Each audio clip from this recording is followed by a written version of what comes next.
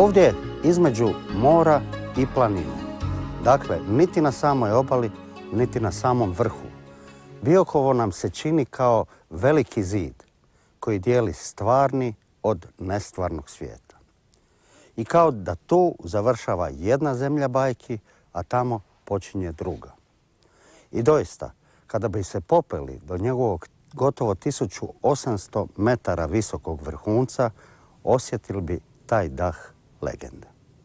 Ovakvi uski pastirski stanovi, u kojima su uglavnom bile koze, jer su koze bile onaj dionizijski moment koji je bio jako bitan u gastronomiji, uvijek su se uzdizali nad velikim rimskim putevima koji su spajali municipije i kolonije.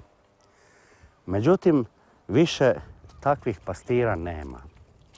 Zadnja prava pastirica koja je živjela na planini sa ovcama i sa kozama bila je Marija Ivičević. I ona je zapravo umrla u smetovima biokovskog snijega 1974. Međutim, povijest se opet otvara bez obzira na smrt.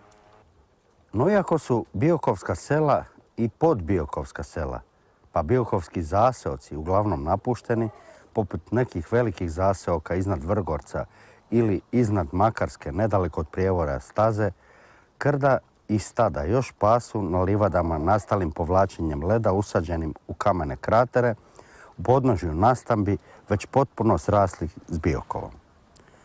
Planina čije proplanke krasi tako osebujan biljni pokrov, mirisne endemske vrste cvijeća, pa i aromatičnog bilja i grmova, zaslanjenih česticama koje vjetrovi donose s mora, te tako mesu daju poseban i nadaleko cijenjen okus, prirodna su domovina stočara, ali i gastronomije koja ih prati u svom izrazito arhaičnom okusnom i mirisnom spektru.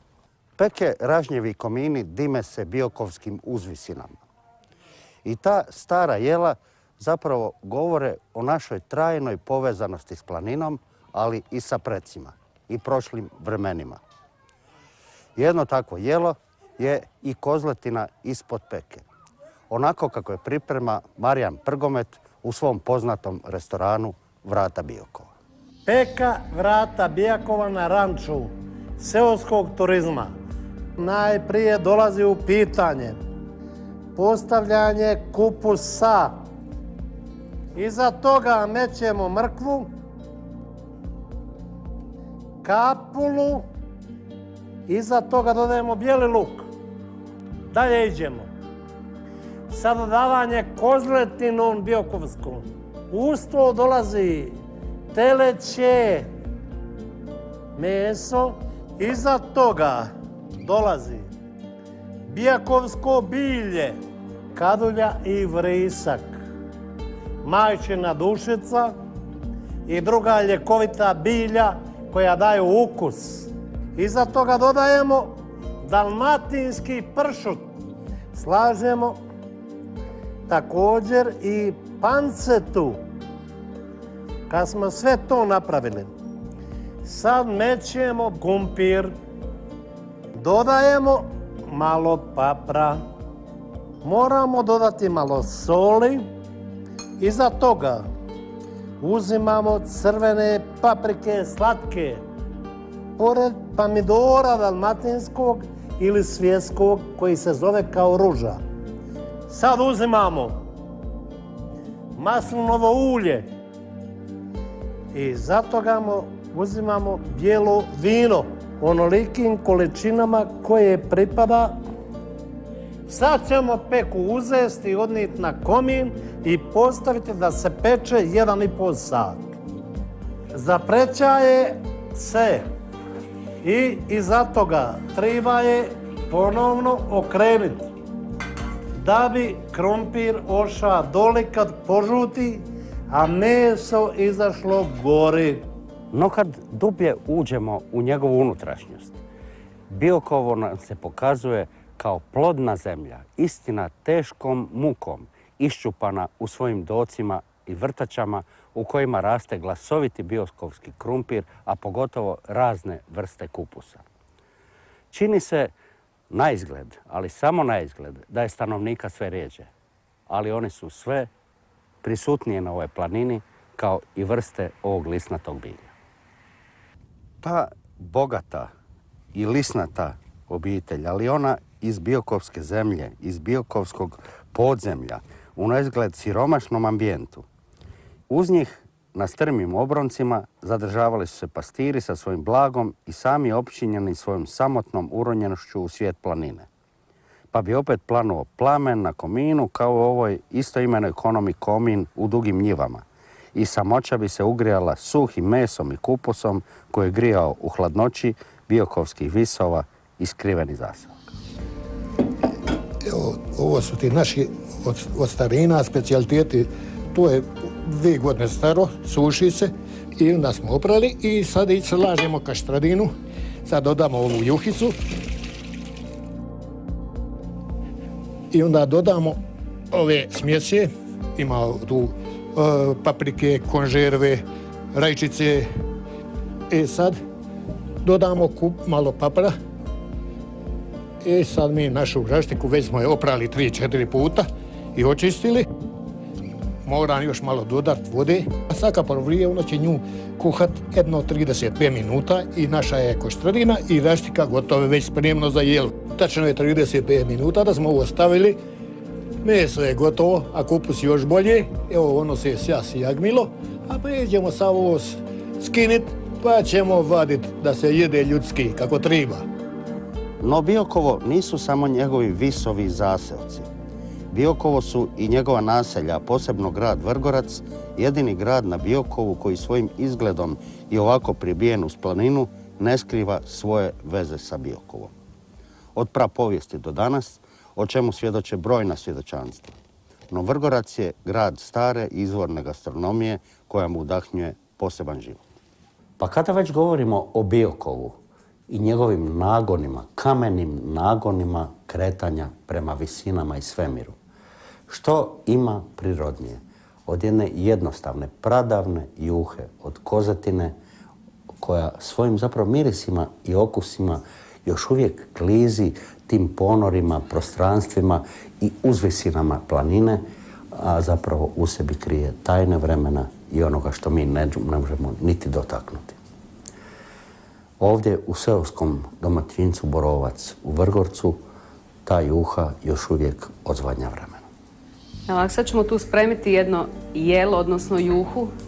Kada ste puno gladni, nemate vremena. Ovo je najbrže jelo, tako je dobro, vjerujte mi. To je kozja juha na najjednostavniji mogući način. Ide svježe meso od kozlića i stavimo ga u vodu. Malo samo kapulu popečemo da dobije jednu specifičnu aromu koja treba ovom kozjem mesu. Zatim ide soli,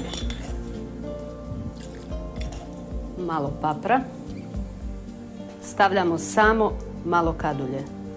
Kadulja i koza moraju ići skupa. Sada ćemo juhu poklopiti i ona će se kuvati nekih pola sata i ručak je gotov. Ovdje u Velikom Prologu, u poznatom restoranu Vidikovac, Biokovo, ali i Vrgorac i njegova okolica pokazuju još jedan paradoks svoga značaja. Naime, u srcu planine smještena su plodna polja. A u plodnim poljima, gdje je jedno bilo jezero, kanali i zapravo male riječice prepune riba. To je raj za barske ptice, pogotovo liske. Zbog toga ih oni i pripremaju na poseban način i tako ćemo danas prisustvovati pripremi jedne takve recepture. Ovo je liska koju ćemo pripremiti na leš. Stavimo je u hladnu vodu. Stavimo malo krompira, mrkva, petrisulj i morska sol. Sad ćemo je staviti kuhat. Sad ćemo je poklopiti i ona se kuha 45 minuta. Eto, ja mislim, prošlo je 40 minuta, liska je gotova, spremna za juhu i za servirati. Sad ćemo najprije precijediti juhu. Evo, sad će Marko staviti rižu da se kuva. Eto, tako. Sad ćemo miješati. Evo ovako. Dobro. Onda se uzme na 4 dijela. Za nju samo lešo kumpir. Neko želi mrkvu, jer je mrkva poprimila ukus od liske. To se posoli sa krupnom soli i to morska sol. I kao prilog još se stavi crveni luk. Ovo polje, ovdje u središtu Zabiokovlja, jedanput je bilo jezero. Međutim, jezero je nestalo nakon što su se urušili podzemni kanali i pećine. Međutim, ostali su potoci, ostali su usjeci, ostali su zapravo ostaci staroga jezera gdje ispod živog srebra i zlata krije se riblji svijet, žabe i ribe. Možda smo se zato i odlučili za jednu posebnu pripremu kako je rade samo ovdje u okolici Vrgorca i to ribica zvani gobice, plotice i žaba na poseban način. Danas ćemo pripremati brudet od žaba i miješane ribe. Stavit ćemo ulje maslinovo, zatim luka, malo nasjeckamo petrusimula. Zatim dolazi najvažniji sastojak, to je vrisak, ljute paprike. Sad idemo slagati žabe vodom. Žabama će trebati malo više vremena od ribe. Ribu ćemo dodati poslije, bit će dovoljno, znači 15-20 minuta prije dodati ribu. Sad ćemo malo konšerve staviti isto.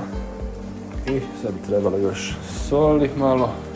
Sad je došao trenutak da ove žabe dodamo i ribu. Imamo znači pešot. Po njemu treba najviše vremena, to što je najžlaviji malo, da ima plotica. A ovo ostatak, ovo je gobica, zna biti jako velika i njoj treba najmanje vremena da se skuha sve zajedno, jedno 10 minuta, 15, tako da će to biti gotovo. I još nam je preostalo, dolijemo malo kvasine, to je znači posljednja pomast.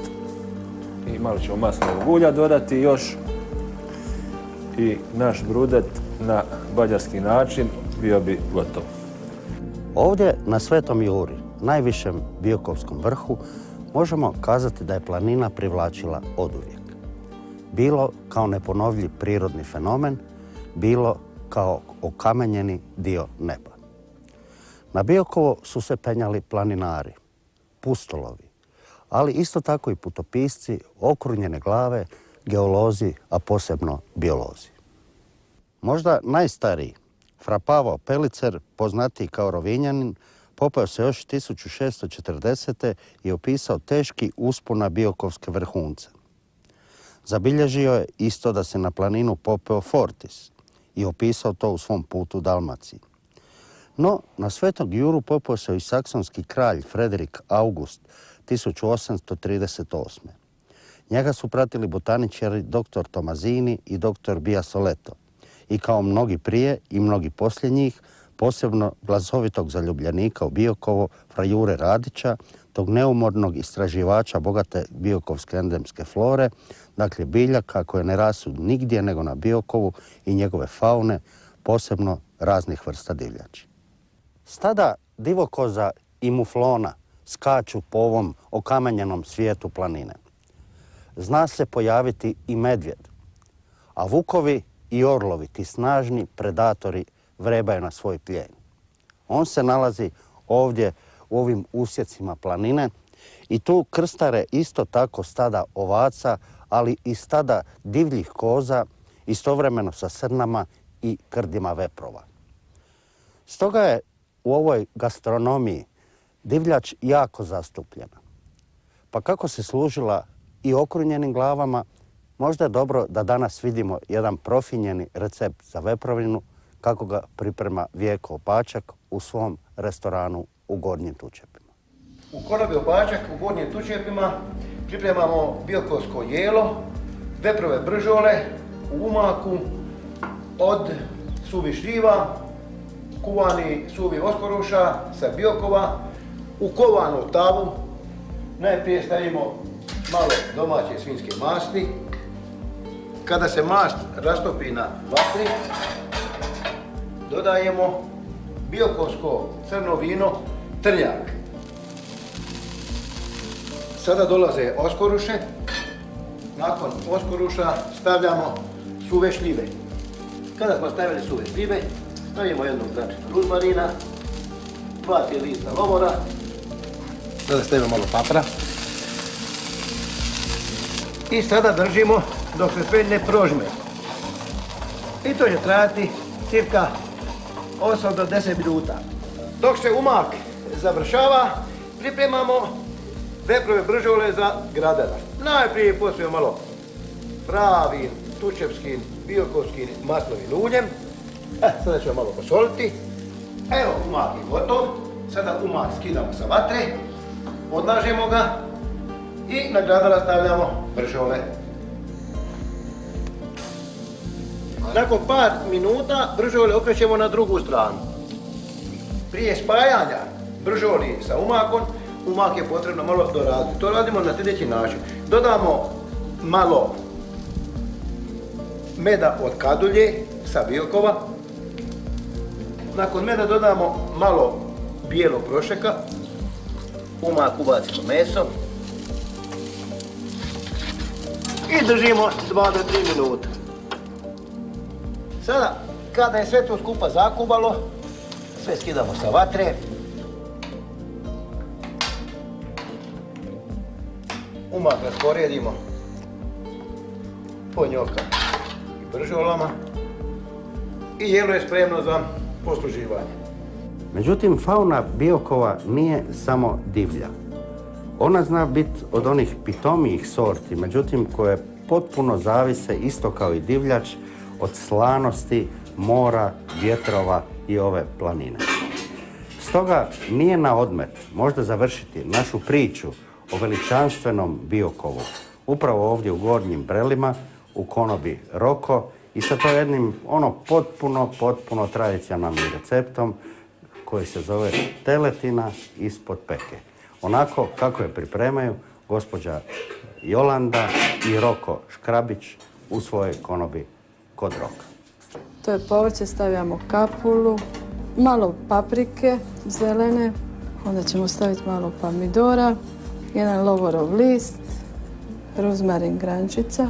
Stavimo teletinu, sad ćemo staviti krompir, stavimo bili luk, soli, to samo još malo može ulje, malo patra, samo malo pomesa. I sad ćemo to složiti u tepsiju. Sad ćemo staviti krompir, samo da pokrije ne puno.